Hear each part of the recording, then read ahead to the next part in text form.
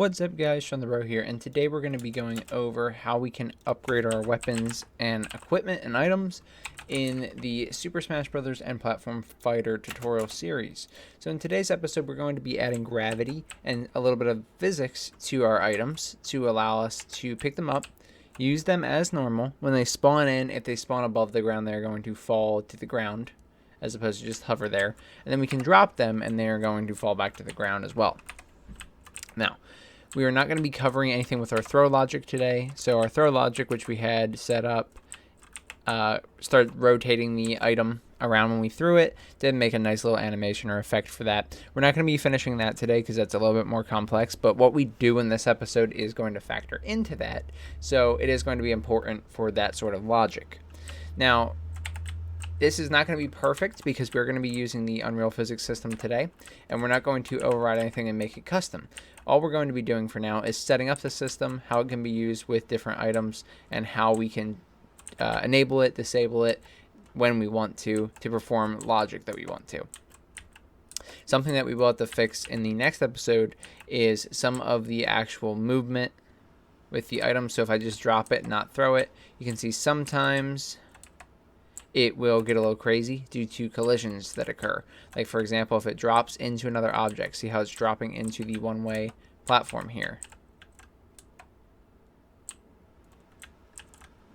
So if it drops and it collides with something like something that it is blocking, it is going to get this effect where it gets stuck in it and it can spaz out and even fly through parts of the map. And that is something we'll have to fix in the future, doing collision checks and clipping fixes. But other than that, this is going to work fairly well today. And it's going to allow us to pick up our items and drop them at will. So anyway guys, before we get started on setting up our physics system and updating our items to support this, we are on, I believe, episode 37 of the Super Smash Brothers tutorial series. If you'd like to get caught up, I'll leave a link right here in the top right corner. You can check out every episode we've done to date for this series. Also leave this episode right here, which is the previous items episode, which shows you how we went over some of our spawning and getting these items to appear on the stage and in proper positions and locations. Okay, and with that done, we can get started. So the main thing we're going to want to do today is go to our base item BP, base weapon BP, and a specific weapon or item. And we're going to go into all of these and we're going to have to make some changes and set up some additional logic. First things first with that is the collision settings. So if you go into something like a specific weapon, like I have this sword weapon BP, which is just this random mesh that I've added. It's I think quite literally, it's a pillar frame static mesh that it exists within Unreal. And basically this item spawns in the world and characters can go over to it and equip it, and they carry it around, and it actually changes the attacks that they do and the damage they do and these sort of things. So when we're in here, when we're in our specific weapon, if we were to click on our static mesh, you would not be able to simulate physics with this. There are a few reasons for this. The main reason is that there's not a collision specific to this object. Static mesh on its own cannot have collision to simulate physics because the collision in the static mesh editor has not been set up. The other thing is that we have a default scene root that can override some of the logic, so we're going to want to replace that. However, we want to do that on the base item BP level, not the sword weapon BP, or not a specific item or weapon BP. So we're going to do this one step at a time, but I just wanted to let you know that those are the two reasons that you could be having issues trying to simulate physics. If you go into these, you would see that it is grayed out. So go into something like the sword, for example. Go to a specific instance of an item that you can spawn and pick up and equip. Then, if you click on the static mesh component of it and look at the static mesh section of it, you can double click here to actually open up the static mesh editor. And what the static mesh editor does is it gives you the ability to alter some of the parameters and the actual features and variables of the static mesh we can also enable some collision. So at the current time, when we have this pillar frame, it doesn't have any sort of collision. There's nothing we can really do with it. However, if we were to take a look at this, we can click collision and enable simple collision or complex collision. Now, these collision channels allow you to draw a collision of a specific type around your object. So simple collision is just going to go around the outside of the object, basically making a cube or a rectangle or whatever it can around it. Whereas complex collision is going to try and go and get all the intricacies of the actual shape, and you can see it's doing this like where I have non-flat surfaces, it's actually outlining them all. You won't really need this unless you have complex shapes. In this case, I don't, so I can use the simple collision for what we're going to be doing today. And so now I have this simple collision here, and that's really all I need to do. You don't have to change anything here. You can see everything I've got, okay? But just take a look, if you want, at the details panel. You can see the collision settings for this static mesh now. You can see it's set to block all. It has this complexity. And you can even add custom meshes for your collision. Custom collision maps or collision grids. I've heard them be called a lot of different things. But basically, you want to put this collision mesh over top of your object if you have a custom one and you don't like their simple or complex collision. That way you can specify exactly where the collision goes, what parts are in it, what parts are left out. Anyway, I didn't change any of that today. Okay, I know you can see some of these yellow arrows indicating that I did make changes, but really all I did was I toggled the simple collision right here. And now once I've done that, I'll actually be able to simulate physics on these objects because they do have the ability to have collision now. And that is required when trying to simulate physics. Okay, but don't click it in here. We want to do everything in the base item BP. The reason I had you go to this specific item is because every item has its specific collision channels and they could be different. So you're going to have to go in and add these collision maps to everybody, whether it's the auto-generated ones or manually generated ones. So any items that you're going to want this functionality with, you're going to want to do that. Once you have done that, you can go to the base level, the base item BP, and we can go to the viewport. This is what it should look like. And you'll have like default scene root, static mesh, pickup, collider, damage, collider. What you're going to want to do, okay, is you're going to drag your static mesh component over top of the default scene root that'll be in here. When you drag something over top of the default scene root, if possible, it will take over the default scene root. So as you can see, now instead of having default scene root, I have static mesh as the parent. As an example, just to show you this, if I go into a blueprint, we'll go to the blast line BP. It has a default scene root here. Okay, these blast lines are basically the boundaries of the map. So if you get launched past this blast line, you lose a stock. Okay, we've set these up in other episodes in the series, and I'm not going to be covering anything with them today. I'm just using this as an example. See how it has a default scene root? Well, technically, I can just drag the box over it, and it becomes the default scene root. In most cases, this is okay, and you don't actually need a default scene root. So that's basically what I've done here in the base item BP. I've just replaced the default scene root with the static mesh component that we already had in here. This is important, though, because this now makes the static mesh component the parent component.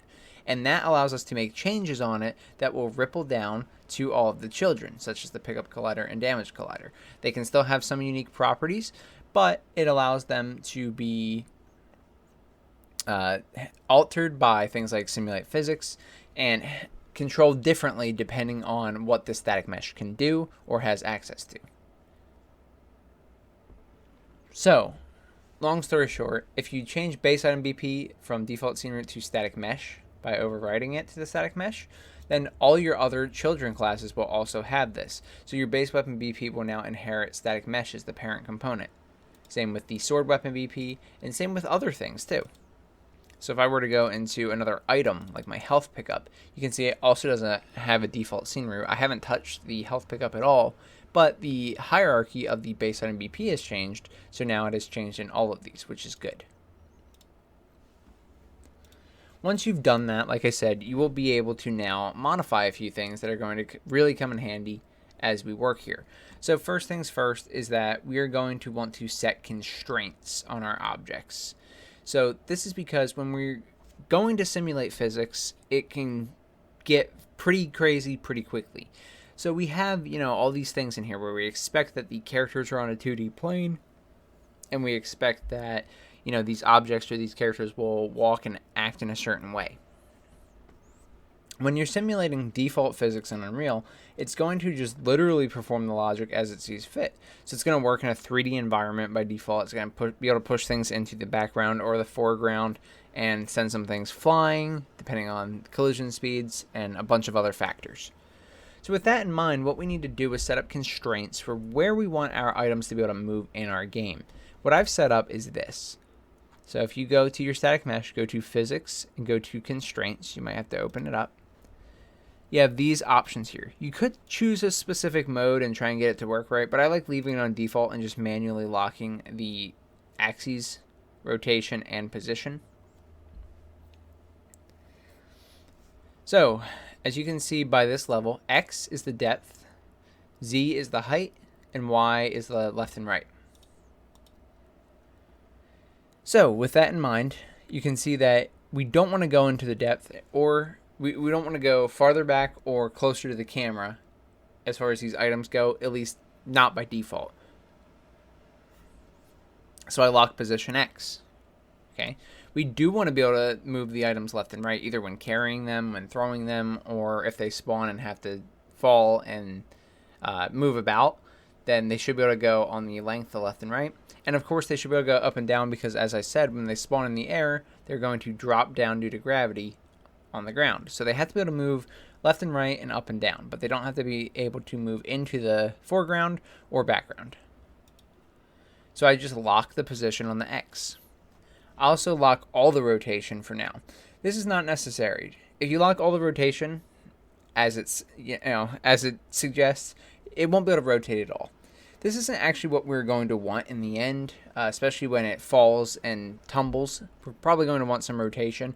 However, we're going to be going over a lot more specific and advanced rotation in the next episode of the items. So I recommend just leaving it simple for now and locking the rotation here, because we're going to have to manually override quite a few things, and this is going to make our lives easier if we do this. However, feel free to play around with it and see if you can get rotation that you like with your items. Make sure enable gravity is also checked.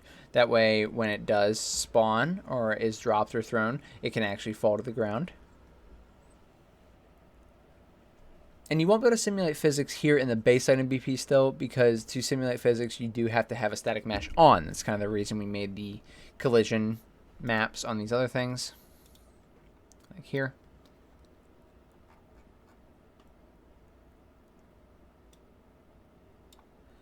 Okay. So instead what we're going to do is we're going to just enable simulate physics on the other classes, the children classes. But before we do that, let's take a look at our collision logic as well. So this is still in base item BP. This is going to ripple down and go to all the children classes. So for collision, we have the default stuff of can generate overlap events on the static mesh to be true. The collision presets, okay, they've been set to overlap all. Now, that was the default, that's what we had in here. We can make it custom and change anything we want. I do technically want the one-way platform and the stage to be blocking for these items, no matter what, so that they can land on them. We'll have to be careful with that. As I showed you earlier, there can be some clipping due to where the item is dropped. But that's okay. There's workarounds to that are manual and also very, very reliable. Just keep in mind as you're doing this here, here's your base item BP, and here are your collision settings. So if we make them custom, we have the ability to do things like enable query and physics. By doing this, not only can we simulate the physics on that actual mesh when we have one, but this will allow things like gravity to work. Now, since this is the base item BP and it doesn't have the ability to simulate physics, I've left it just like this, where the base item BP is on overlap all, query only. But now it's time to go and check out the other ones. So let's go a level down to base weapon BP. Okay, base weapon BP is a child of base item BP, and it's the parent weapon class. However, it also does not have a static mesh, so you can see I will not have changed anything directly for this class. In fact, it's exactly the same. We lock the same position rotation, enable gravity, and have the same collision settings. Let's go to an actual class that can be spawned in the game, such as our sword. Now, since this does have a static mesh on it, we can simulate physics on it here. So you can check this for all your objects, all your items that have meshes. Now, the positions, rotations, and gravity are all the same. I haven't changed them. We're just simulating physics, which allows things like movement, gravity, and other factors to come into play.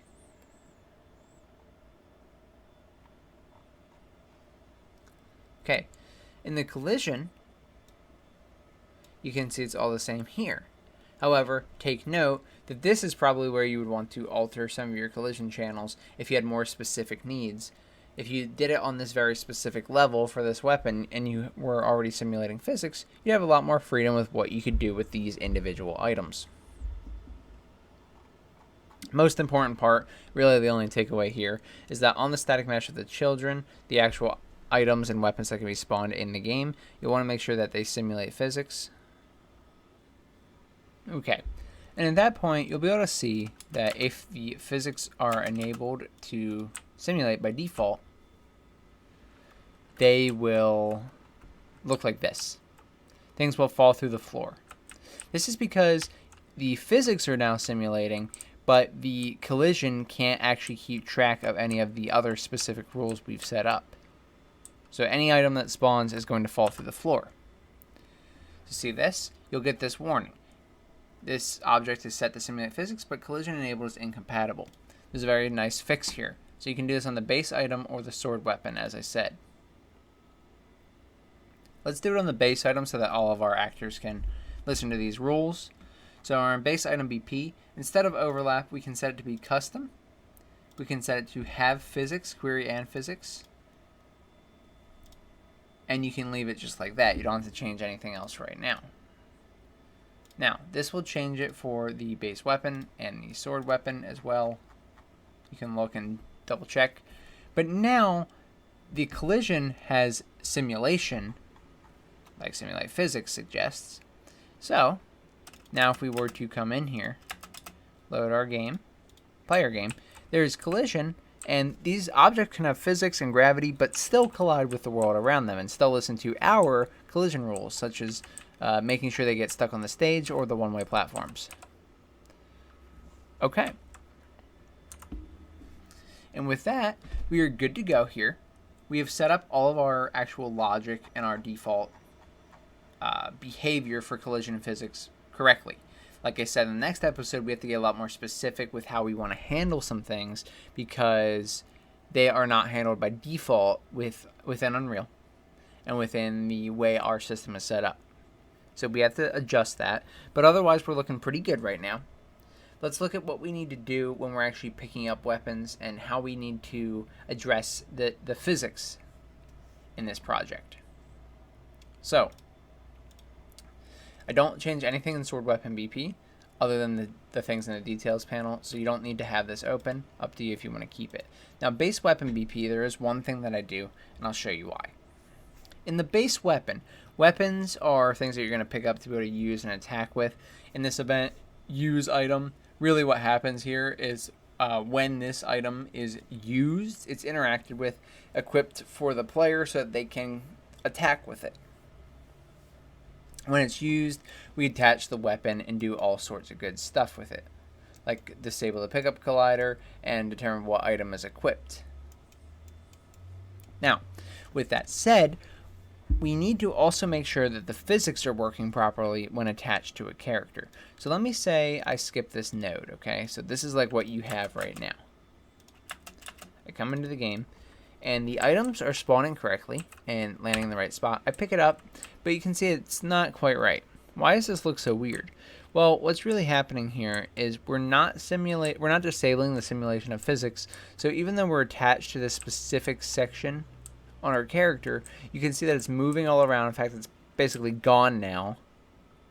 Let me see if I can Get rid of that one, pick this one up. You can see it's moving around because it's bouncing off of certain things, like certain objects, like the one-way platforms and the floor, like we have told it to do, but it's attached to our character.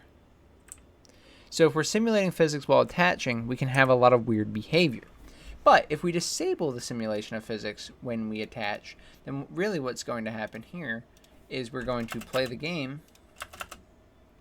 and you'll see that the logic for the actual movement, it ignores the one-way platforms and the ground. So we can walk with our item out and our weapon out as much as we want, and there's no issue. Then when we go to drop the item, you can see I drop it, it has collision again. Now to make it have collision again, we have to re-enable the simulation of physics. Okay? So basically in base weapon BP, so that this can be applied to all weapons, you could also do this in base item BP if all your items can be held. But again, be careful with that because not every item can be held. Some are instant use, and you may not want to do that just yet. You may not want to handle all those cases. That's the reason we're doing this in base weapon BP, because we haven't handled all of our cases of weapons. There's plenty, and we will get around to them, but we're just not there yet. So literally, I don't change anything in base weapon BP in the graph other than this. I just add this. I take our static mesh component, and then I call set simulate physics, and then I just disable it. When we pick it up and attach it to our character, we don't want to simulate physics anymore.